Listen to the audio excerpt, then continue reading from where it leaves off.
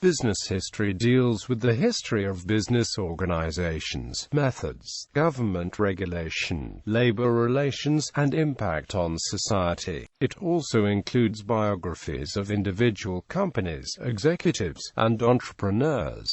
It is related to economic history. United States.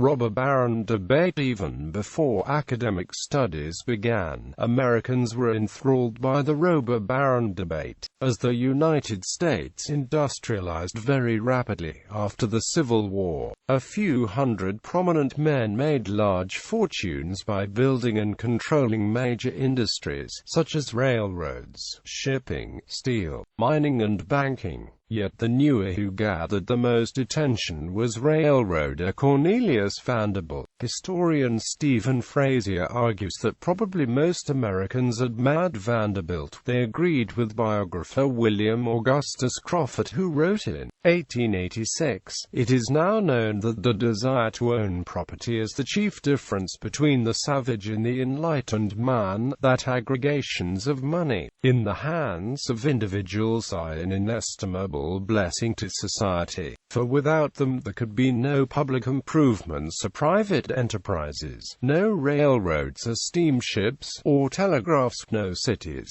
the leisure class, no schools, colleges, literature, art, in short, no civilization. The one man to whom the community owes most is the capitalist that the menu gives, but the man who saves and invests, so that his property reproduces and multiplies itself instead of being consumed." However, Fraser goes on, there was a minority who vehemently dissented. A minority were irate and excoriated the titans of finance and industry as robber barons, and worse. E. L. Godkin, founder of The Nation, launched a volley of invective at the new plutocracy. Kings of the street, like Vanderbilt, displayed unmitigated and unmitigable selfishness, as appalling as their audacity, push, unscrupulousness and brazen disregard of others' rights. Quote, "By the Great Depression of the 1930s," Fraser continues, "biographies of Mellon, Carnegie and Rockefeller were often laced with moral censure, warning that Tories of industry were a threat to democracy and that parasitism, aristocratic pretension and tyranny have always trailed in the wake of concentrated wealth, whether accumulated dynastically or more impersonally by the faceless corporation." This scholarship, and the cultural persuasion of which it was an expression, drew on a deeply rooted sensibility, partly religious, partly egalitarian and democratic, that stretched back to William Jennings Bryan, Andrew Jackson and Tom Paine. However, a counterattack by academic historians began as the Depression ended. Business historian Alan Nevins challenged this view of big businessmen by advocating the industrial statesman thesis.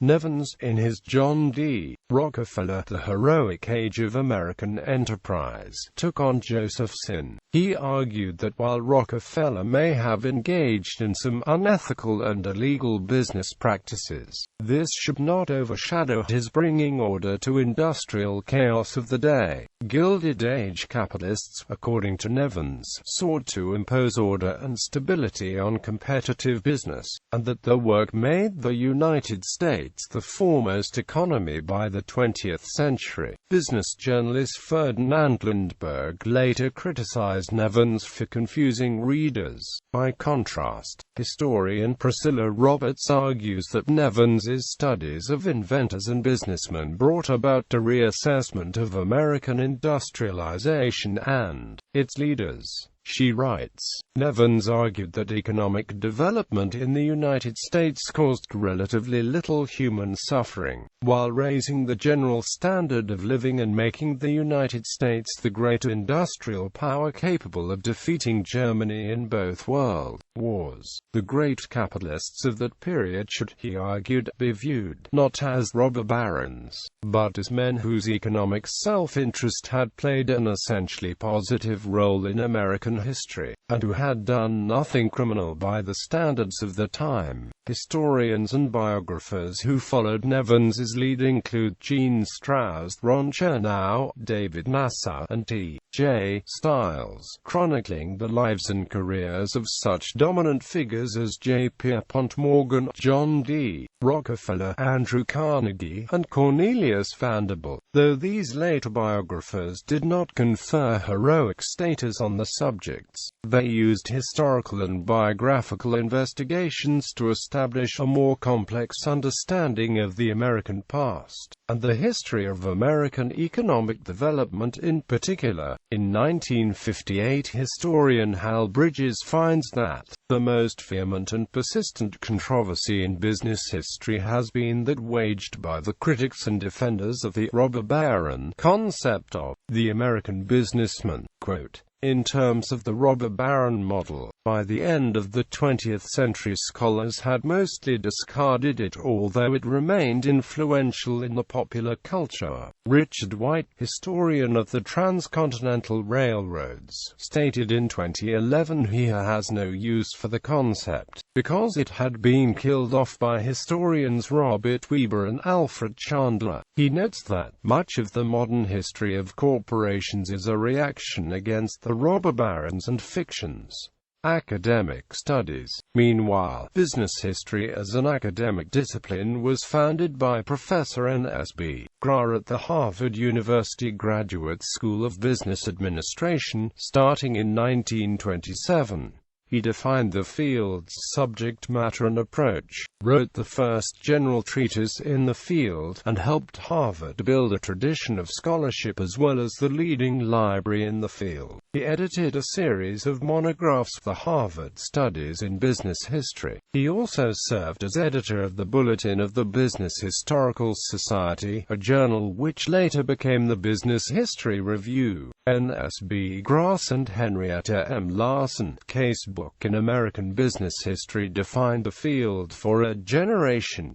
Business history in the U.S. took off in the 1960s with a high volume of product and innovative methodologies. Scholars worked to develop theoretical explanations of the growth of business enterprise, the study of strategy and structure by Alfred Chandler being a prime example. The relationship between business and the federal government became a focal point of study. On the whole, the 1960s affirmed the conclusions of the earlier decades regarding the close interrelationship between government and business enterprise. Chandler. After 1960, the most influential scholar was Alfred D. Chandler at the Harvard Business School. In a career that spanned over 60 years, Chandler produced numerous groundbreaking monographs, articles, and reviews, intensely focused on only a few areas of the discipline. Chandler nonetheless succeeded in establishing and developing an entirely new realm of business history. Chandler's masterwork was The Visible Hand, The Managerial Revolution in American Business. His first two chapters looked at traditional owner-operated small business operations in commerce and production, including the largest among them, the slave plantations in the South. Chapters 3 to 5 summarize the history of railroad management, with stress on innovations not just in technology but also in accounting, finance and statistics. He then turned to the new business operations made possible by the rail system in mass distribution, such as jobbers, department stores and mail order. A quick survey review: mass innovation in mass production. The integration of mass distribution and mass production led to many mergers and the emergence of giant industrial corporations by 1900. Management, for Chandler, was much more than the CEO. It was the whole system of techniques and included middle management as well as the corporate structure of the biggest firms, Standard Oil, General Electric, U.S. Steel, and DuPont. Chandler argued that modern large-scale firms arose to take advantage of the national markets and productive techniques available after the rail network was in place. He found that they prospered because they had higher productivity, lower costs, and higher profits. The firms created the managerial class in America because they needed to coordinate the increasingly complex and interdependent system. This ability to achieve efficiency through coordination, not some anti-competitive monopolistic greed by robber barons, explained the high levels of concentration in modern American industry. Chandler's work was somewhat ignored in history departments, but proved influential business,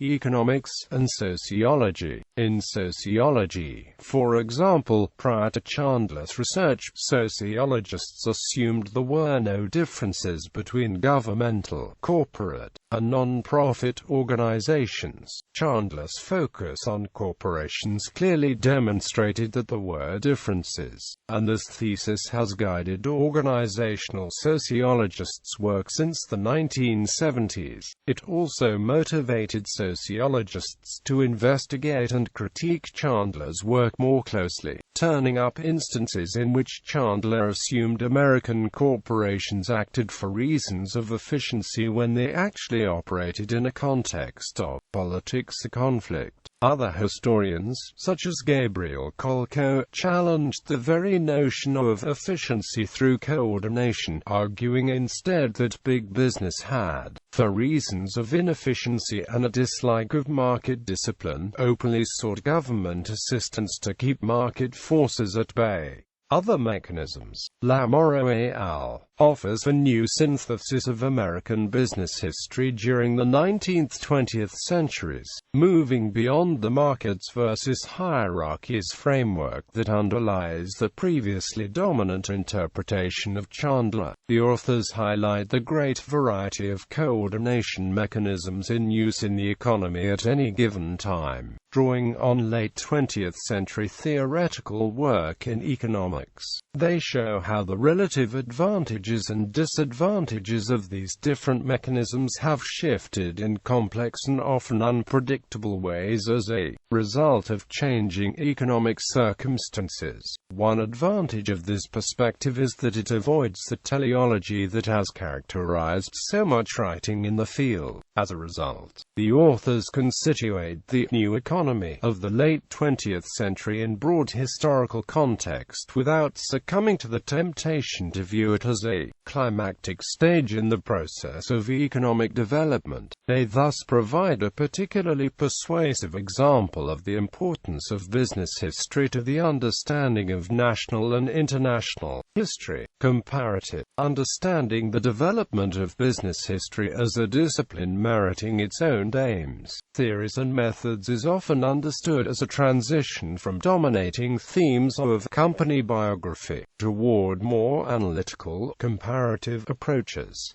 This comparative trend enabled practitioners to underline the work with generalist potential. Questions of comparative business performance have become a staple, featuring into the wider economic histories of nations, regions and communities. For many, this transition was first achieved by Alfred E. Chandler. Chandler's successes as Isidor Straus Professor of Business History at Harvard Business School continued to emphasize the importance of comparative research and course development. In 1995, Thomas K. McCraw published Creating Modern Capitalism. This book compared the business histories of Britain, Germany, Japan and the United States since the Industrial Revolution, and was used as the text of a New Year Embark course at Harvard Business School. Jeffrey Jones, who was McCraw's successor as Isidor Straus Professor of Business History, also pursued a comparative research agenda. He published a comparative study of the history of globalization called Multinationals and Global Capitalism. In 2010, Jones also published a comparative history of the global beauty industry entitled Beauty Imagined, a history of the global beauty industry. More recently, Jones and the Business History Initiative at the Harvard Business School has sought to facilitate research and teaching on African Asian and Latin American business history in a project called Creating Emerging Markets, which includes interviews with long-time leaders of firms and NGOs in those regions.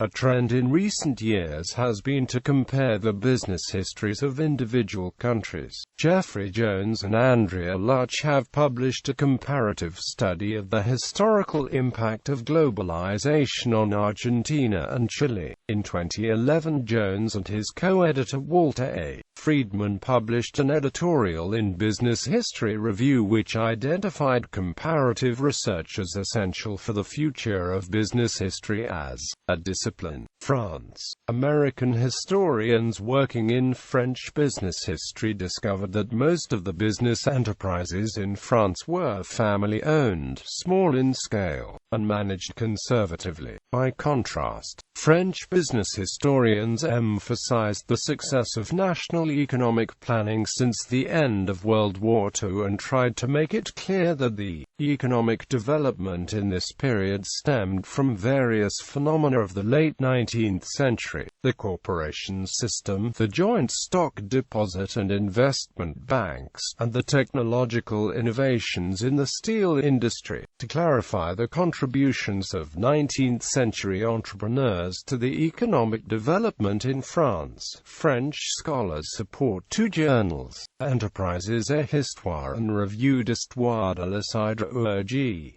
Latin America. Barbaro examines the development of the field of Latin American business history for the 1960s to 2007.